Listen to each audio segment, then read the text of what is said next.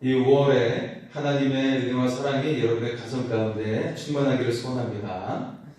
가정을 사랑하시고 축복하시는 은혜의 손길이 여러분의 삶 가운데 함께 하시기를 소원합니다. 우리가 요즘에 많이 나오는 이제 동물들도 있고 있는데요. 그 가운데 요즘에 개구리가 이제 서서히 활동하는 시기이죠. 서서히 활동하면서 올챙이가 개구리로 바뀌게 되는 이제 그런 시기가 우리가 맞이하고 있는데요.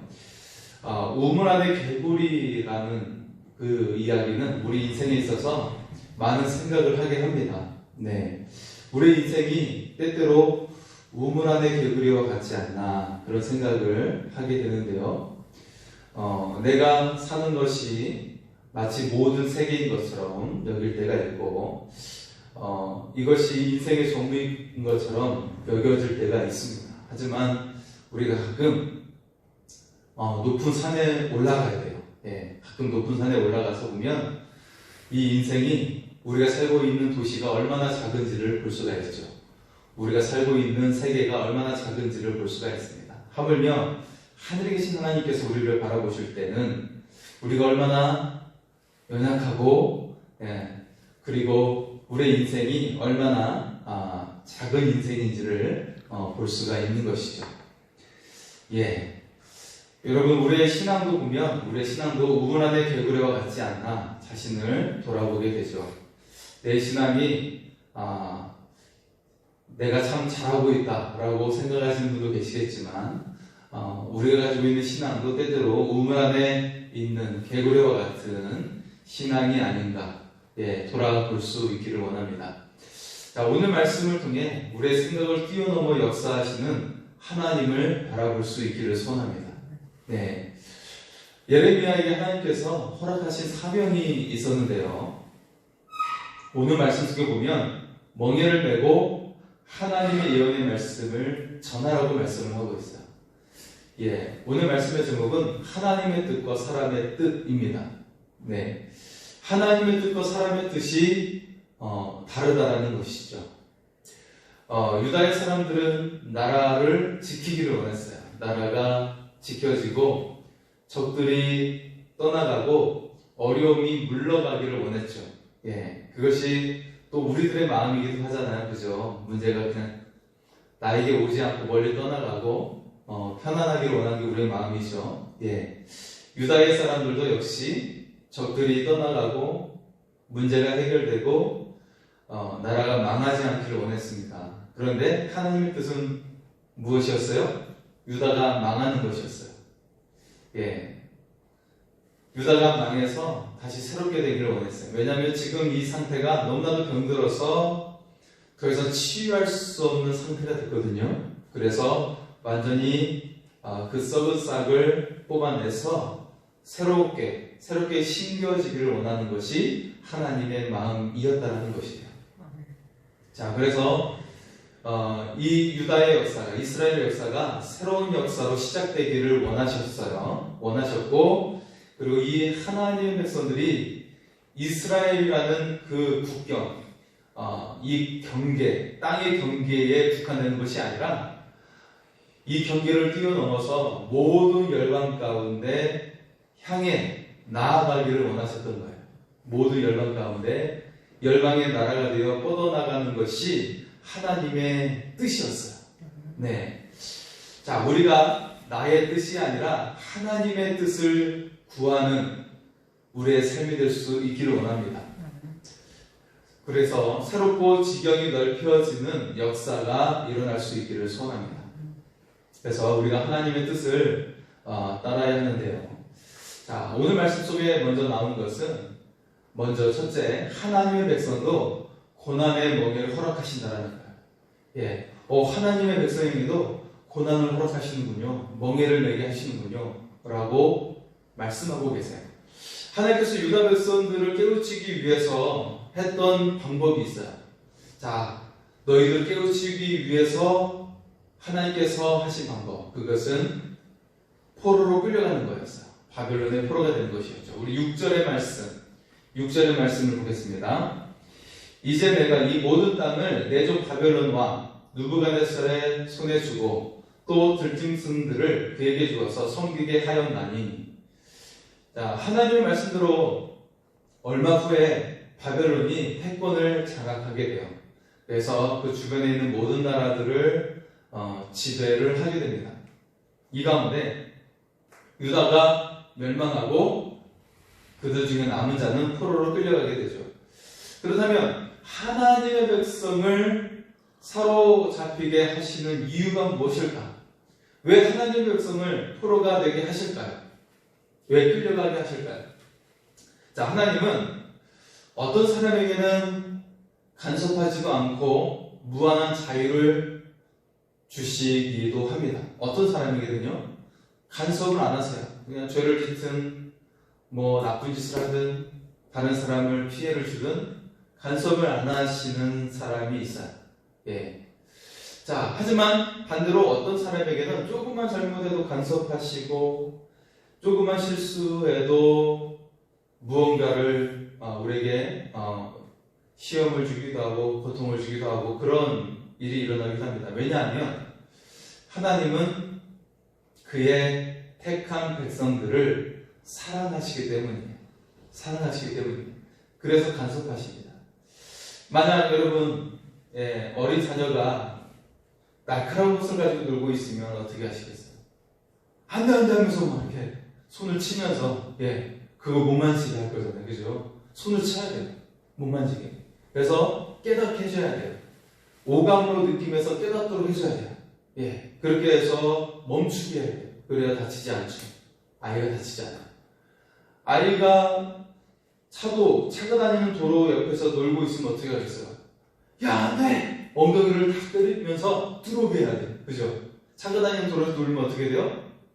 여러분, 차라리 한 번에 그런 매를 통해서 따끔하게 혼내는 것이 낫지, 차에 치이면, 그래서 심하게 다치거나 목숨을 잃으면 안 되잖아요. 그죠?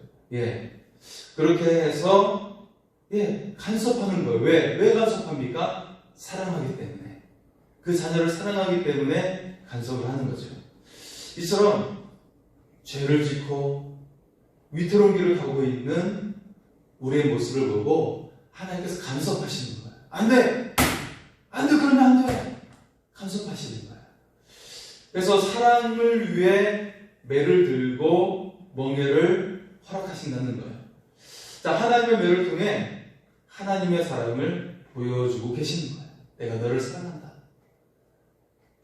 네가 네 인생이 고통스럽지 않기를 내가 그래서 너에게 간섭하고 사랑하는 거야 라고 말씀하시는 것이죠. 자, 고난에는 우리의 잘못을 깨닫게 하시려는 하나님의 메시지가 담겨져 있어요. 우리로 하여금 생명의 길로 인도하시려는 하나님의 사랑이 담겨져 있는 거예요.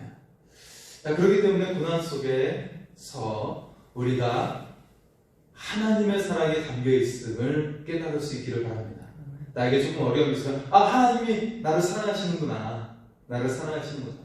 반면에 아무런 일이 일어나지 않는 사람은 하나님의 관심에서도 벗어난 사람이라는 것이죠. 하지만 하나님이 나에게 때때로 작은 일에도 힘들게 하고 어려움을 준다면 하나님이 나를 사랑하시는구나 라고 깨달을 수 있기를 소원합니다.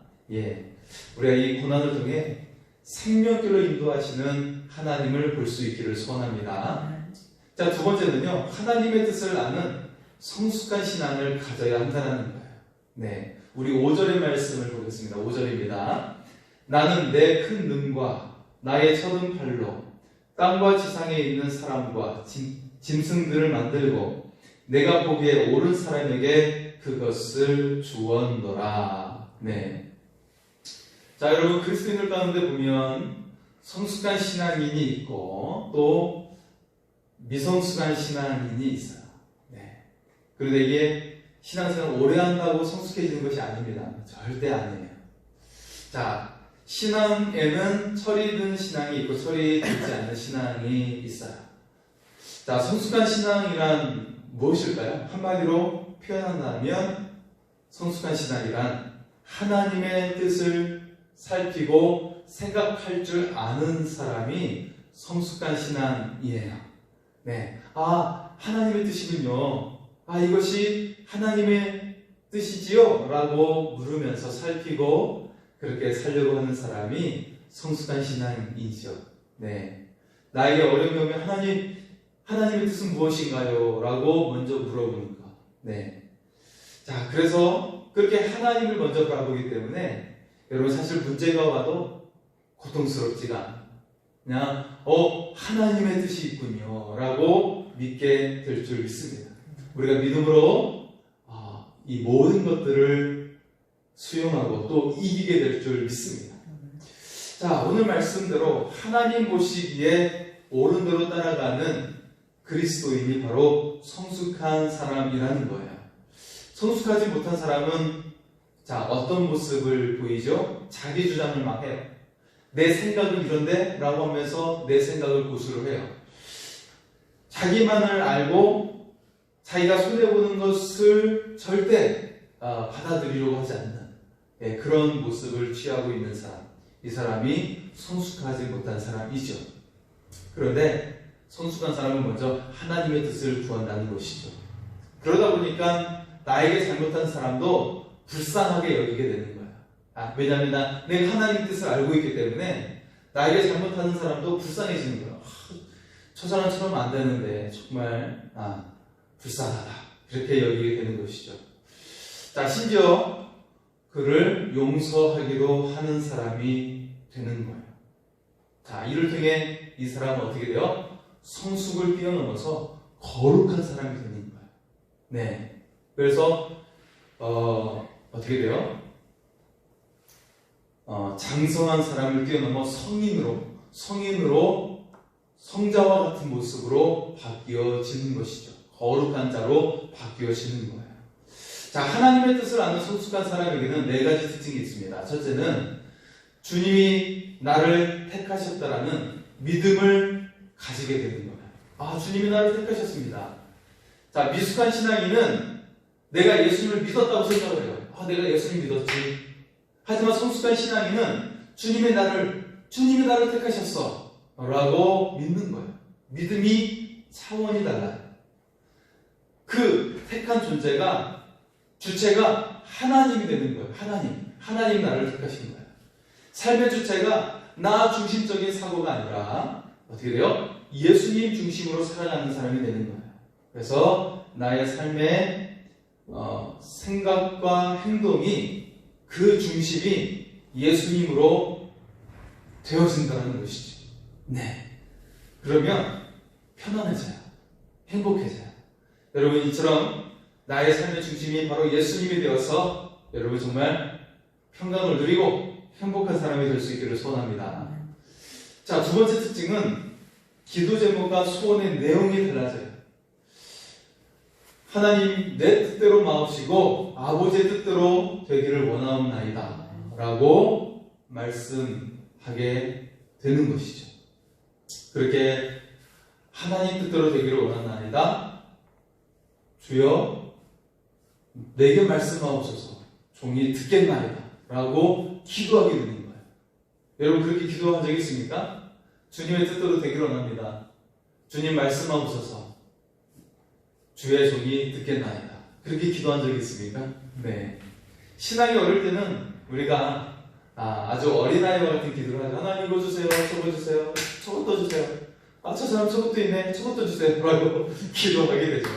하지만 성숙한 신앙이 되면 하나님의 뜻대로 되기를 원합니다 라고 기도를 마무리하게 되는 거예요.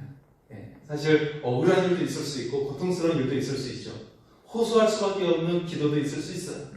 하지만 그 기도를 마친 다음에 기도를 마무리할 때는 하나님 뜻대로 되기를 원합니다. 할렐루야! 라고 기도하는 줄 믿습니다. 그러면 행복해집니다. 왜냐하면 그 믿음이 내 눈에 아무 증거 보이지 않아도 하나님께서 이루어주실 것을 믿기 때문인 줄 믿습니다. 그 믿음이 있기 때문에 이 사람은 염려가 사라지는 거예요. 걱정이 사라지는 거예요. 하지만 내 신앙이 미약해서 들어주실까? 하나님께서 이 기도 들어주실까? 라고 의심이 생기면 어떻게 돼요? 우리의 마음까지, 우리의 육체까지도 병들어 가게 되는 거예요. 네, 그래서 우리 몸에 아픈 데가 막힌 데가 생기고, 하지만 이처럼 주의 뜻대로 되기를 원합니다 라고 모든 것을 올려드리는 사람은 여러분 평강을 누리고 행복을 누리게 될 줄 믿습니다. 자, 세 번째는요, 모든 것이 하나님의 은혜라고 고백할 줄 아는 넉넉함이 생기는 거예요. 성숙한 신앙인은 일이 잘 될 때 내가 잘해서 이렇게 성공했다라고 말하지 않아요. 내가 잘해서 이렇게 했지라고 하지 않아요. 반대로 일이 잘못될 때도 내가 못해서 그래 라고 좌절하지도 않아요. 네, 사도 바울처럼 내가 나의 나된 것은 하나님의 은혜라고 고백하는 사람이에요. 나의 나된 것은 모든 것이 하나님의 은혜입니다.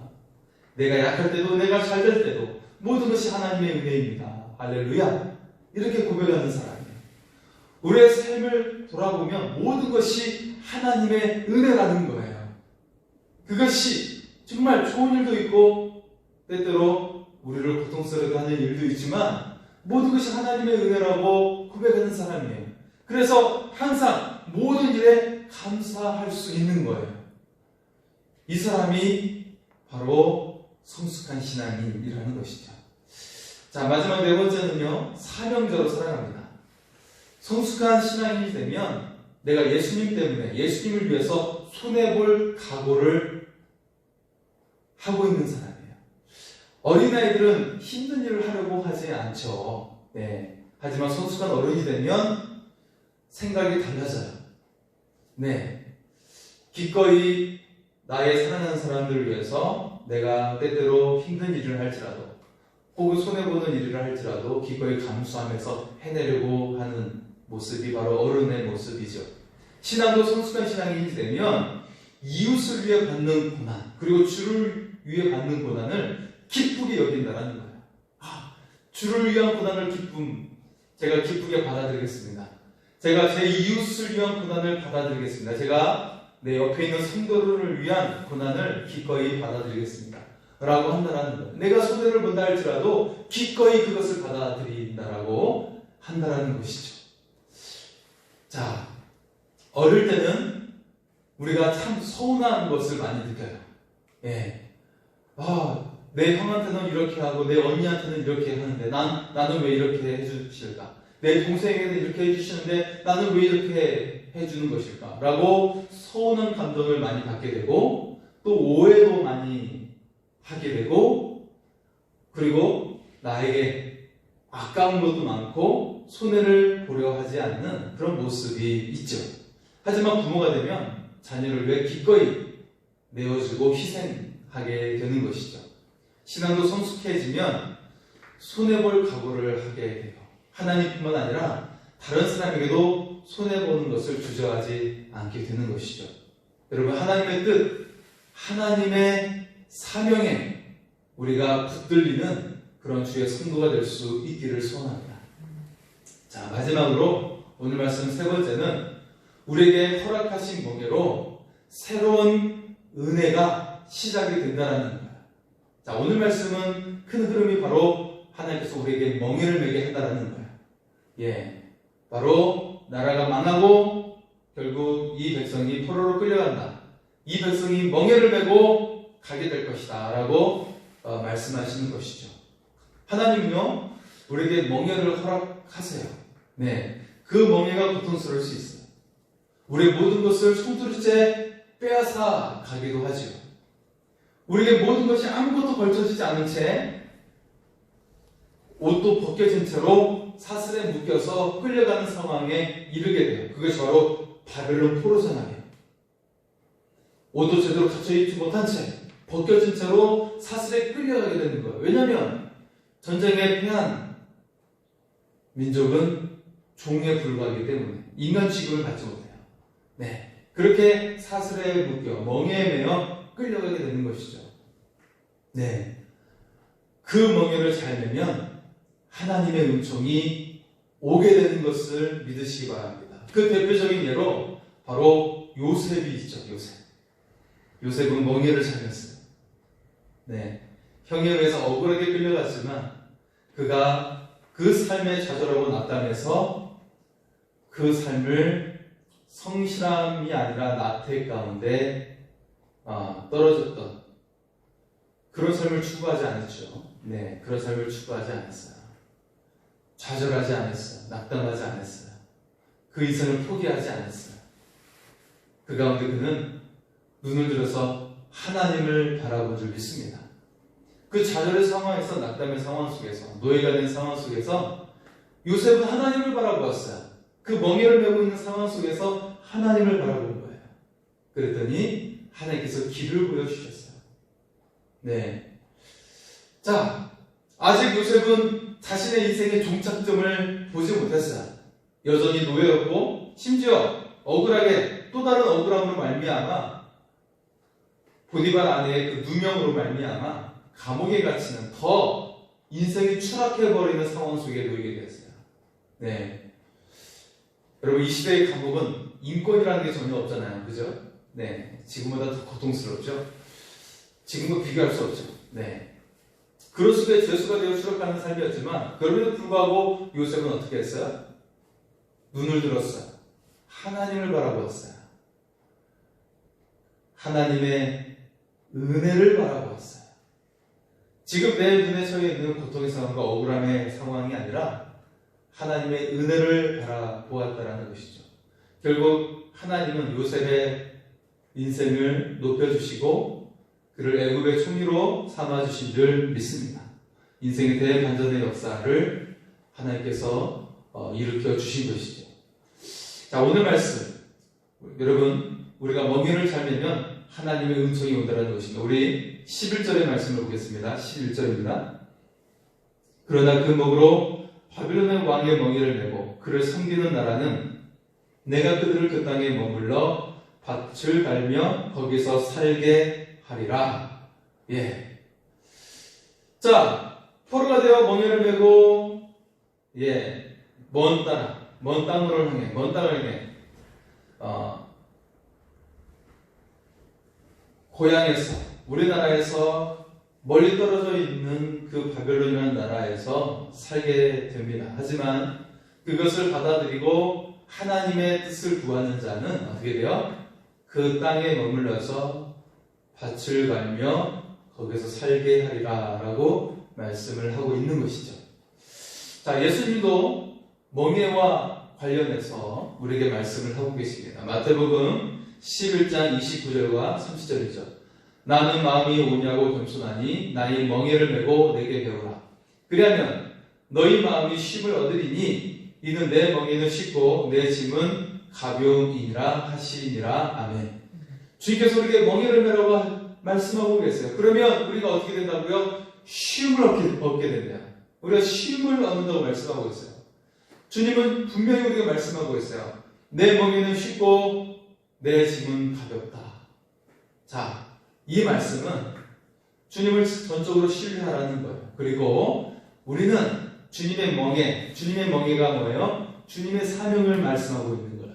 우리는 주님의 사명을 감당하면, 우리가 주님의 사명의 그 멍에로 받아들이면 어떻게 돼요?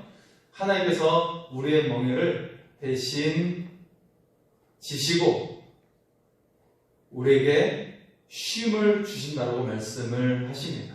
여러분, 인생에 얼마나 수많은 그런 고민과 염려와 걱정을 가지고 여러분 살고 계십니까? 그죠? 지금도 여러분 기도의 제목이 많이 있잖아요. 예. 그냥 대충 말할 수 있는 기도 제목이 아니라 여러분 정말 세세한 그 기도 제목이 얼마나 많이 있습니까? 그죠? 그런 수많은 인생의 무게, 인생의 짐들을 사람들이 짊어진 채 살아가고 있죠. 하지만 우리가 주님의 멍에를 메면, 우리가 주님의 사명을 받아들이면 우리에게 있는 모든 멍에를 주님께서 해결해 주심을 믿으시기 바랍니다. 네. 마태복음 6장 32절에서 말씀하신 것처럼 먼저 그 나라와 그 의를 구하라. 그러면 이 모든 것을 너희에게 더하여 주시리라. 할렐루야. 우리가 먼저 그의 나라와 그의 의를 구하면 모든 것을 더해 주신 하나님의 은혜를 여러분 누릴 수 있기를 소원합니다. 하나님께서 이 모든 것, 우리의 삶의 모든 것을 해결해 주신다는 거예요.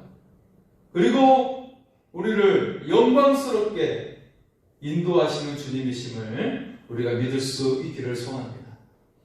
여러분, 주님의 멍에가 쉽고 가볍다고 말씀하고 있어요. 주님을 신뢰하고 주님의 사명을 감당하라고 말씀하고 있는 것입니다. 너의 문제는 주님께서 해결해 주신다라고 말씀하시는 것이죠. 여러분, 모세가 부르심을 받을 때도 하나님은 모세와 이스라엘을 도울 준비를 하고 계셨어요. 지팡이를 통해 기적을 보여주셨고, 모세가 말을 잘못하는 그런 자였지만 형 예서를 준비해서 대언자로 삼아 주셨습니다. 또 모세를 통해 하나님께서는 사람들 앞에서 신처럼 높여 주셨습니다. 그래서 모세와 이스라엘 백성을 주변 국가들로 하여금 두려움의 존재로 만들어 주셨어요. 모세와 이스라엘을 재나서입니까? 잘해서입니까? 제명이 좋아서입니까? 아니었어요. 모세와 이스라엘 하나님을 신뢰하고 믿었더니 하나님께서 주변 모든 나라들로 하여금 두렵게 하는 존재로 높여 주신 줄 믿습니다. 여러분, 하나님을 전적으로 신뢰하는 것이 여러분에게 유익임을 믿을 수 있기를 소원합니다. 자, 우리가 하나님의 뜻에 순종할 때 하나님은 우리에게 하나님의 힘으로 공급해 주십니다. 내가 내 일로 수고하고 힘쓰면 그냥 내 수준인 거예요. 우리 수준이 뭐 얼마나 되겠습니까? 그죠? 하지만 우리가 하나님의 뜻에 순종하면 하나님 수준의 힘과 능력으로 여러분의 삶에 역사하실 줄 믿습니다.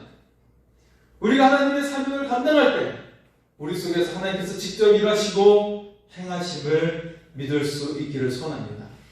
여러분, 하나님의 뜻은 우리로 하여금 멍에를 치라고 말씀하고 있어요.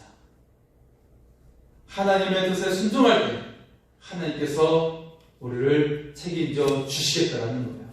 비록 이스라엘이 나라가 망하는 운명에 처해 있지만 오히려 썩은 싹을 잘라내고 새롭고 굳건한 나라로 다시 만들어 가십니다. 세계 여러 나라에 회막을 세우게 하시고 하나님의 통치를 이루게 하십니다. 그래서 어떻게 돼요? 주 예수의 오실 길을 예비하게 하신 거예요. 그 회막을 통해 사도 바울이 복음을 증거하러 가는 그 지역마다 먼저 갔던 것이 바로 이때 세워진 회막이었던 거예요. 이미 하나님은 예수님의 길을, 주님의 길을 예배해 놓고 계셨다는 것이죠. 이처럼 하나님의 계획이 다 여기에 있었다는 것입니다. 여러분, 우리가 하나님 뜻에 아멘하며 나갈 때 하나님의 역사를 이루어 주십니다. 우리의 삶의 지경을 넓혀 주십니다.